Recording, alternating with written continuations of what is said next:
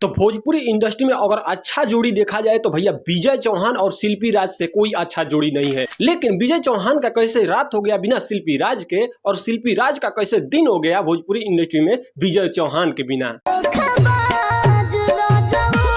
इन दोनों कलाकार का भोजपुरी इंडस्ट्री में एक साथ रेलवे ट्रैक पर गाना चल रहा था, लेकिन अचानक ऐसा क्या हुआ कि शिल्पी राज एकदम दर्द भरी विजय चौहान पर गाना गा दी, और विजय चौहान होली के मूड में गजब के गाना लेकर आए और सोशल मीडिया पर धमाल भी मचाए हैं।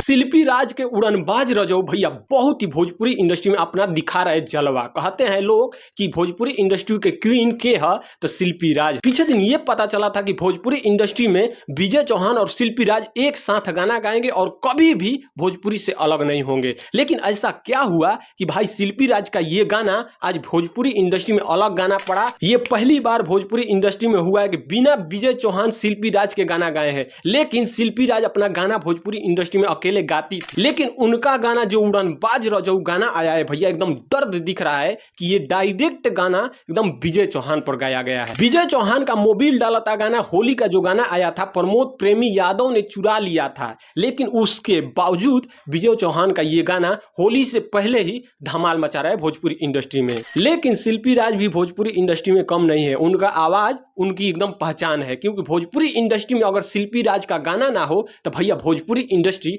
अधूरा लगता है, और कोई भी जेंट्स कलाकार भोजपुरी इंडस्ट्री में बिना शिल्पी राज के गाना गा दे भैया अच्छा ही नहीं लगता है। तो एक छोटा सा कमेंट करके जरूर बताइएगा कि दोनों कलाकार आखिर अलग कैसे हुए और इनका गाना दोनों का कैसा लगा। शिल्पी राज के उड़नबाज रजऊ और विजय चौहान के मोबिल डालता।